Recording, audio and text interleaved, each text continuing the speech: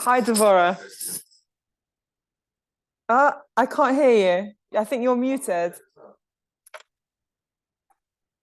Okay, thanks. Hi, nice to meet you in person. You are amazing. I just have to say, your things have changed my perspective on so much. So thank you. So happy. If anyone else wants to turn on their camera or introduce themselves, you don't have to. Totally no pressure. I'm going to pause the recording if that might encourage people. Okay, so I'm just repeating what I said, that if anyone wants to follow along in the Sefer, there's a very good app called Safaria, where you can actually find the Sefer Tanya with the English translation, and you can follow along the class. So I'm not going through the whole book word for word, but we are going to go through the whole thing. Bezrat Hashem, we'll see how far we get. And slowly, hopefully together, to try and understand it. I'm happy for people to ask questions, or we'll just take it at our own pace and see how we go. Or if you have a book, if you have the Tanya, amazing, then you can just follow along, or you can just listen, and feel free to stop me with questions. And you can always listen to the recording afterwards, or whatever. Okay, so before we start the actual Sefer, I wrote a little bit of an introduction just for people who, I don't know who knows about this book or who's learned it, or if you're very familiar with it, or if you guys, maybe you're Chabad, maybe you probably know more than I do. For me, it's relatively new. I only started learning it a few years ago. So it is a relatively new experience. I did not grow up Chabad, and I'm still not Chabad, but it's just a life-changing Sefer because it's so full of both depth, as well as real practical wisdom. So I'm really excited to learn this together. Okay, so the book of Tanya was written by the first Lubavitcher Rebbe, named Rav Shner Zalman from Liadi in the 1700s. He's also known as the Alter Rebbe or the Bala Tanya, meaning he wrote the Tanya. And he authored other works as well, such as the commentary on the Shulchan Aruch, a Siddur, the Nusach Hari, and more. He was a student of the Maggid of Mezerich, who was the main disciple of the Baal Shem Tov. So for those who are familiar with history, the Baal Shem Tov started the Hasidus movement, and he had disciples who broke up into different types of Hasidut. His main disciple was the Maggid of Mezerich. And one of his students was the Alter Rebbe, okay, Rav Shner Zalman. He was a genius.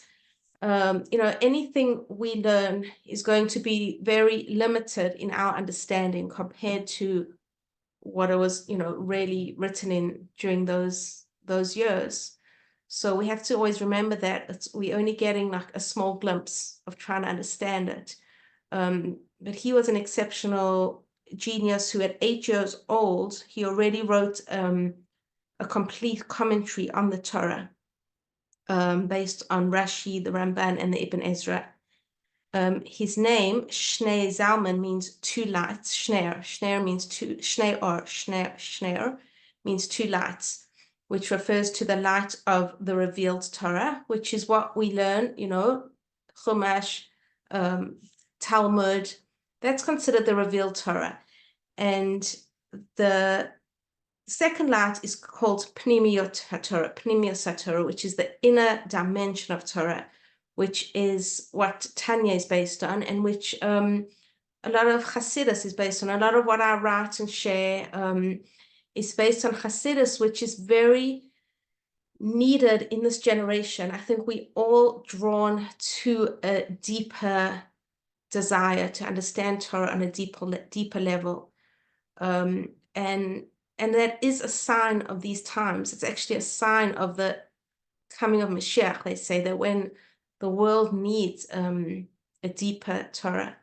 So this is definitely something I think a lot of us relate to.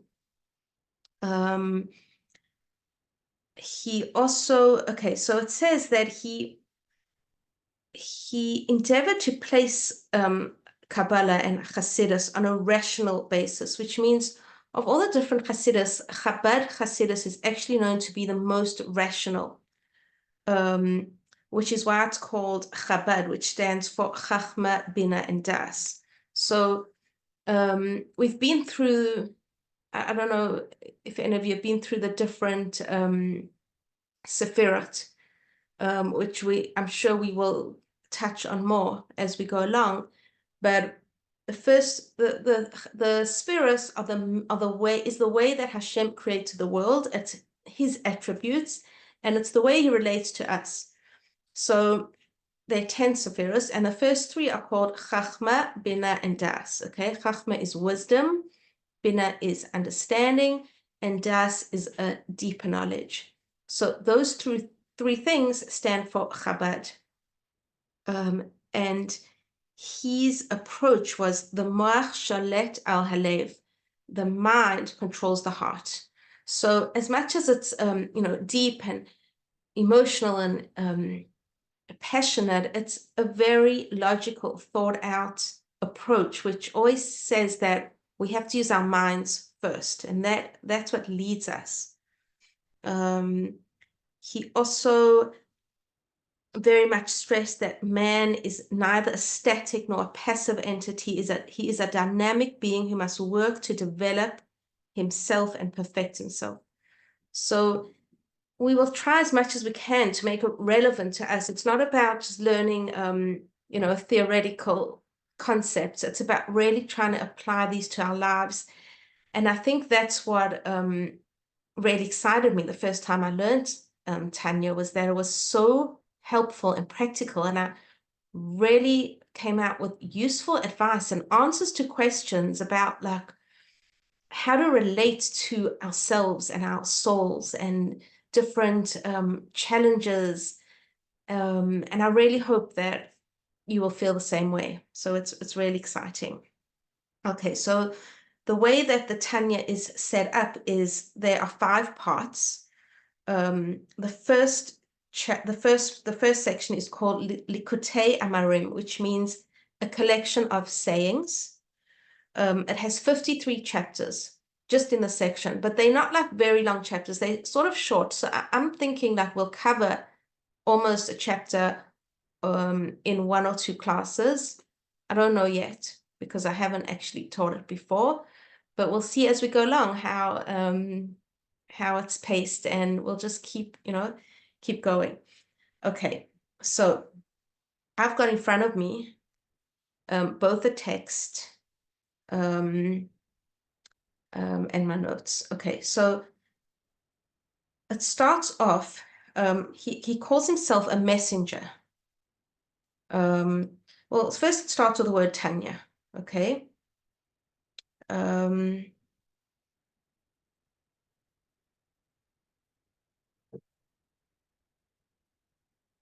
But that is, I'm still talking about the introduction. Just trying to see where I am. Yeah, I'm not yet up to Tanya. The word Tanya is the start of the actual Sefer, where it says part 1. If you're looking at Safari, it says part 1, Likutei Amarim. But before that, he has an introduction. Okay.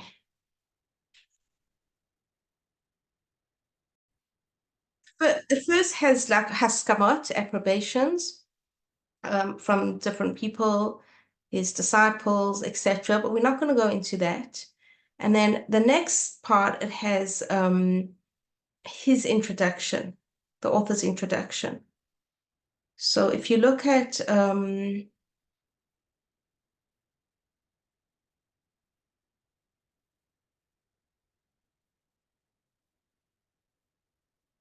after the Haskamot, if you scroll down. Okay, so after the approbation, it says the compiler's foreword, okay, which is his introduction.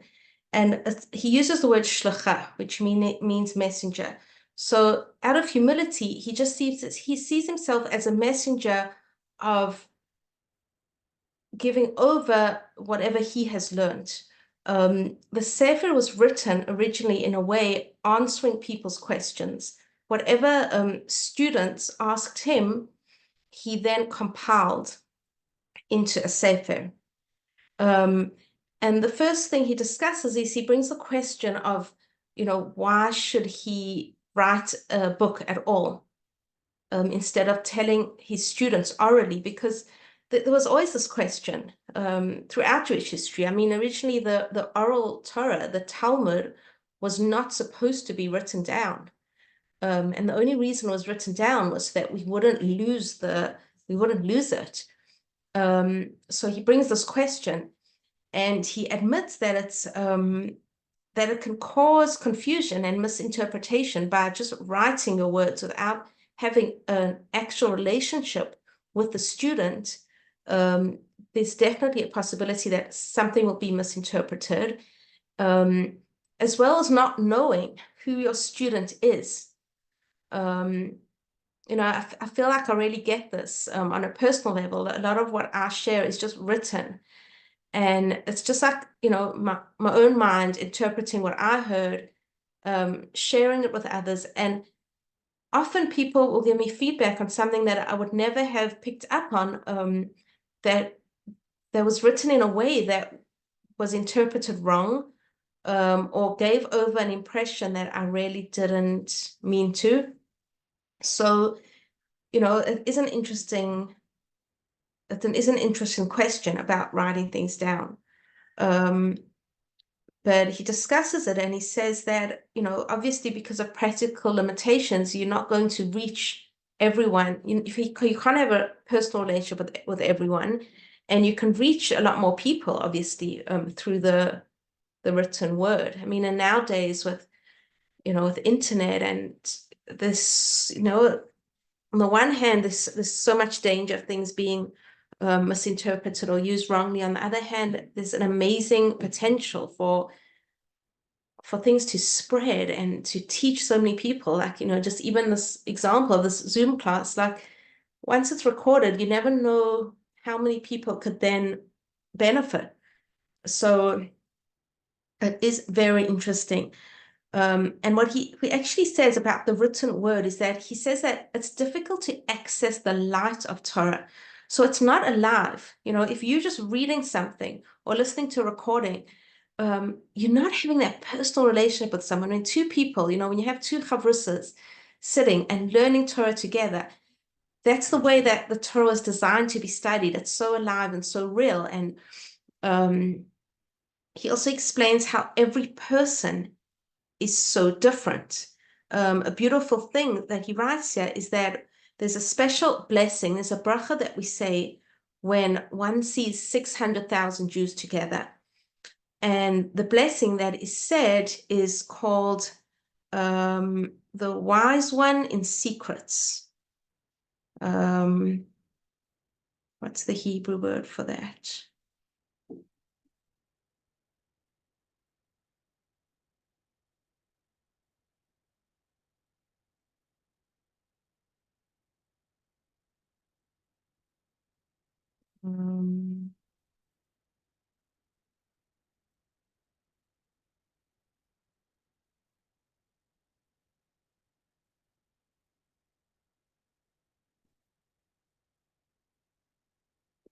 I don't see where the actual blessing is.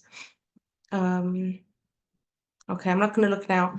But basically, he's saying that the whole root of this blessing is actually seeing so many Jews together and saying, look how Hashem makes every person completely individual, which is an amazing concept. Like every single mind, every single heart, and every person, just like everyone's face is different, And just like everyone's fingerprint is different, there are no two people alike. And he says, because of this, it's very difficult to give, like one book to everyone, because everyone is going to understand things through their mind in a different way. So it's actually sort of, taking a chance. He also says that what speaks to one person, like what inspires someone, doesn't inspire another person. And I think that's so important for us.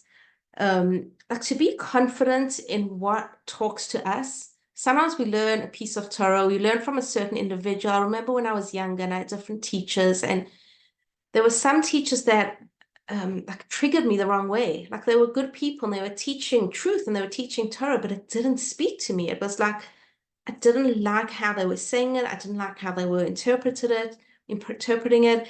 Their whole approach just rubbed me the wrong way. So I think that's also an important point I got out of this, is that we need to be respectful of who we are and what speaks to us, because it says that Shivim Panim LaTorah, there are 70 ways to learn the Torah, and we have to find what moves us, what speaks to us. If we want to be inspired and connected, then it has to be real. It can't be just forced upon us, which is a difficult topic, because obviously with children, you can't always, have a private teacher for every child. But I think it's important to empower children to understand that if they're struggling with, a certain teacher or a certain approach, there are other approaches, and we have to encourage ourselves and our children and each other to find that which will speak to our hearts. Okay, that was just going off on a tangent a little bit. Okay, so then he asks the question about, what about Sefarim? What about books that are not, written by someone, a rabbi, but are the actual Torah, like the written through Ruach HaKodesh, like the Midrashim and the Talmud. And he says that we are all intrinsically connected to the Torah. He said the 600,000 root souls, whatever that means, plus the sub souls. Okay, we don't really understand that, but every soul of the Jewish person is rooted and intrinsically connected to the Torah. Even people who seem really simple or on a low level, all have, just by being born a Jew, they have this natural connection to Hashem and to his Torah. But he says, even here, learning actual Torah, nevertheless, although it was given to each soul and given to be interpreted by each soul, not everyone actually has the opportunity or capacity to connect to his individual place in Torah. So that's an important point, because it means that, sometimes you'll see Jews that seem so lost, or so hard to reach, or so like disconnected. And you think like, well, if every Jew is created as part of the Torah and connected, like why aren't they connecting and why aren't they finding their place? And he says it's not a given. It is something that some of us are privileged to do. And, Bezrat Hashem, when Mashiach comes in and the Torah is revealed, everyone will find that. But in the times we're living in, and we're living in very dark times, if you do feel that you've connected to any part of the Torah, just know that it's a great privilege, and it's not something we should take for granted. Okay, so now we're back to square one in this discussion. He says, well, if not everyone's going to connect, then, why write a book? He says we do, ideally each need a teacher, someone who will connect to us and know who we are, and know our soul, and know what we need, and be able to teach us on an individual level. A further difficulty which he brings is the complexity of the interpretation of the Torah. So just on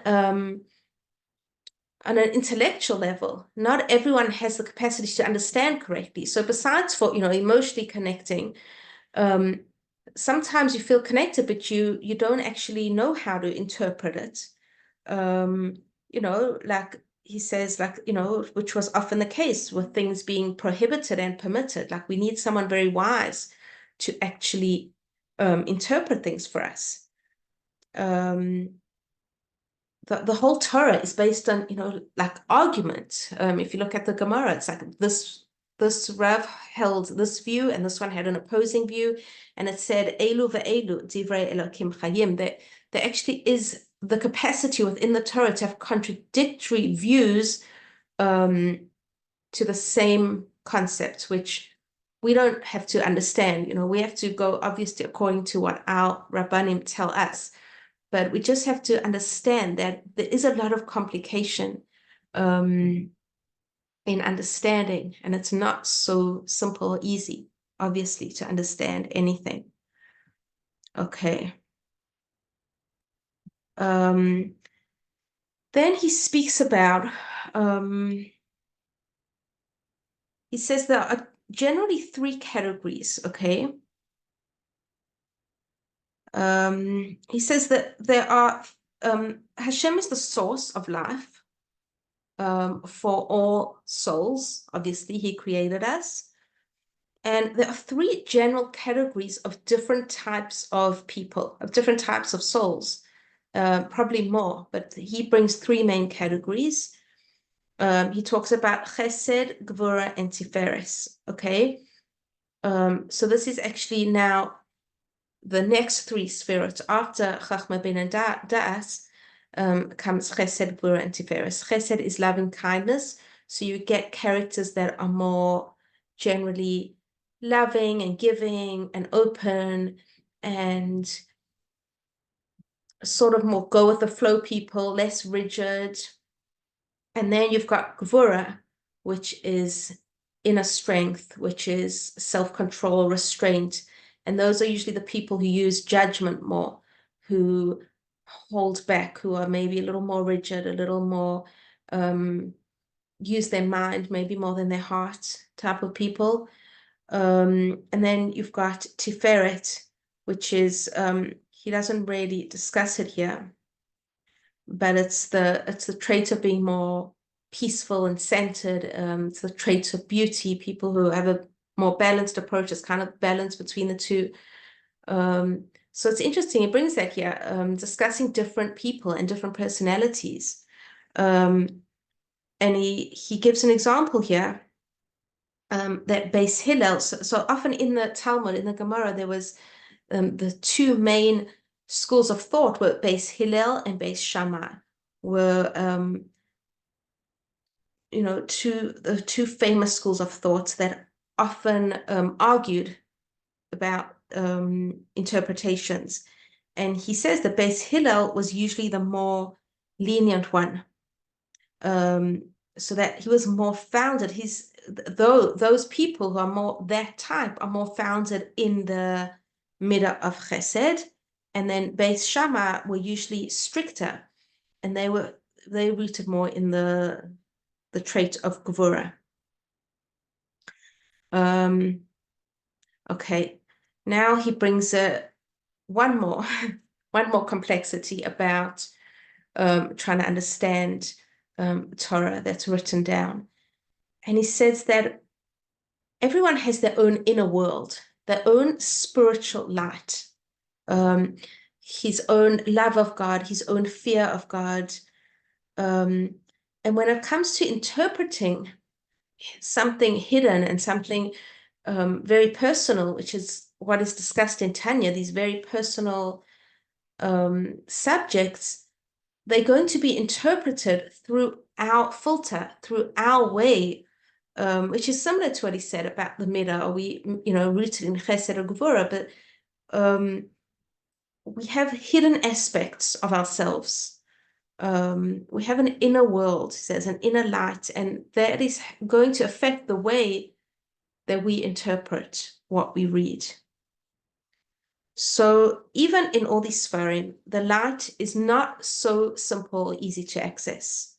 even after learning Torah, someone can come out feeling very confused, which is why we're going to just try to do our best. But nevertheless, he says, he decided that he will write the Sefer. And he now explains why he is confident that people will benefit from it and will hopefully understand what he wrote. So this is all a little bit long-winded. We're not yet starting the actual Sefer, the actual content, but it is quite fascinating, and it is giving us, insight into who he was and to what this was all about. So I think it is important to do this introduction. But I apologize if it is getting a little bit long-winded. It is almost finished. Okay, so now I'm going to just tell you where we're up to if you're following along. Where it says,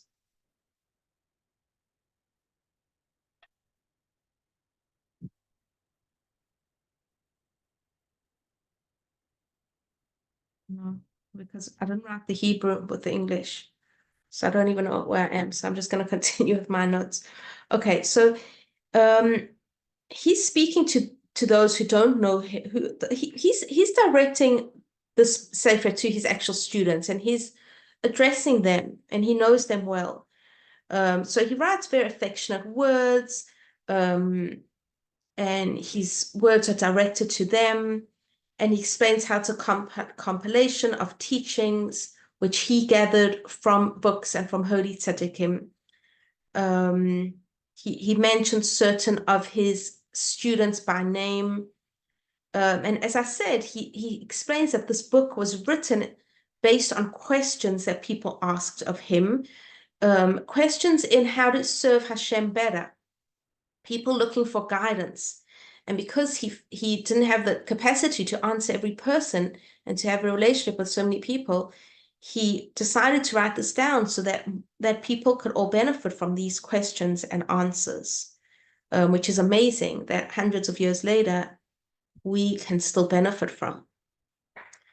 He also explained that, people can forget, and he said that forgetfulness is common, and that's why it's important to write down everything and to record everything. In the approbation, there's a rabbi called Rav Yehuda Leib HaKohen, and he hinted that this is beautiful, that Tanya is the remedy for all spiritual ailments until the coming of Mashiach. So this really is a book that can be used to really help people who are stuck or have questions, and is really written to answer and help and guide those questions. He says that if we make an effort to seek Hashem, then Hashem will complete the process. It's only in man's hands to start the process, to try understand, to try apply ourselves. But when Hashem sees us trying to serve him, and when he sees us trying to look for answers, then he gives us special help from above. Then he writes a blessing. He says, may the giver of life to the living make us worthy to live to see the days when no longer shall one man instruct the other, for all shall know me, for the world shall be full of the knowledge of Hashem. So that's also really beautiful. It's saying that ultimately nobody is going to need a teacher, and we won't have to all try, lead each other and figure out and teach each other, but we will all get the knowledge directly from Hashem. It says when Mashiach comes, the world will be filled with Hashem's knowledge. We will all just have such pure and clear truth. Hopefully we will still learn together and be chavrusas, but it's very powerful to know that we will all have this direct relationship with Hashem one day, and everything will be clear.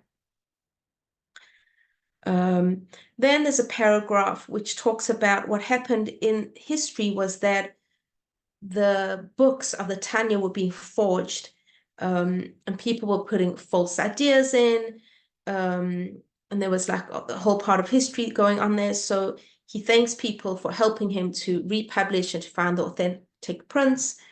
For 5 years, there was like a ban on printing because he wanted to make sure that all the mistakes were corrected. They had to recorrect everything.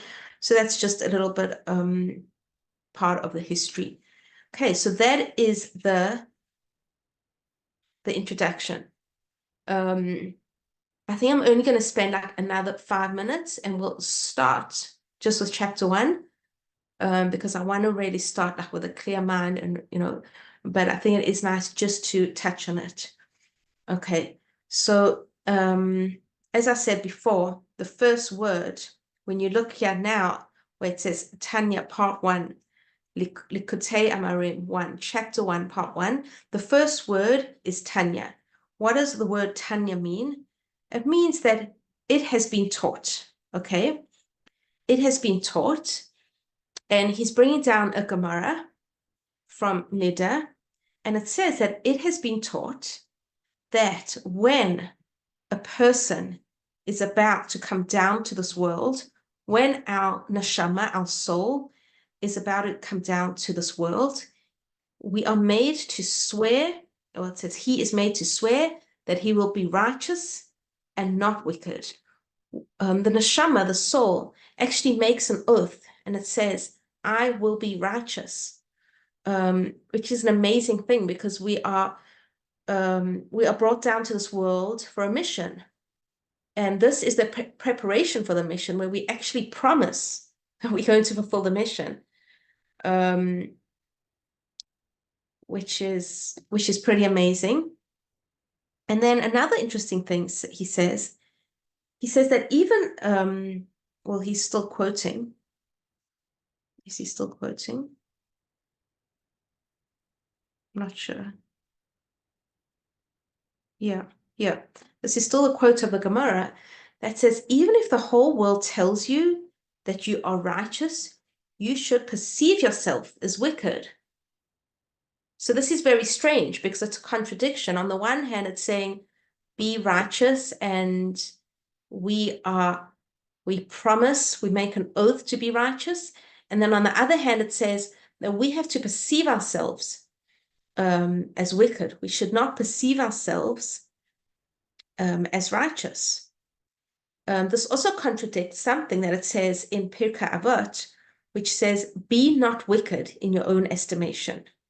Okay, we should not call ourselves bad. We should never put ourselves down. It says that that would cause one to feel depressed and unable to serve Hashem with joy. I think we can all relate to that. Like when we really hard on ourselves and we call ourselves bad, you messed up, you're terrible. It's not good for us. So this is a big question. Like, what does this Gemara mean?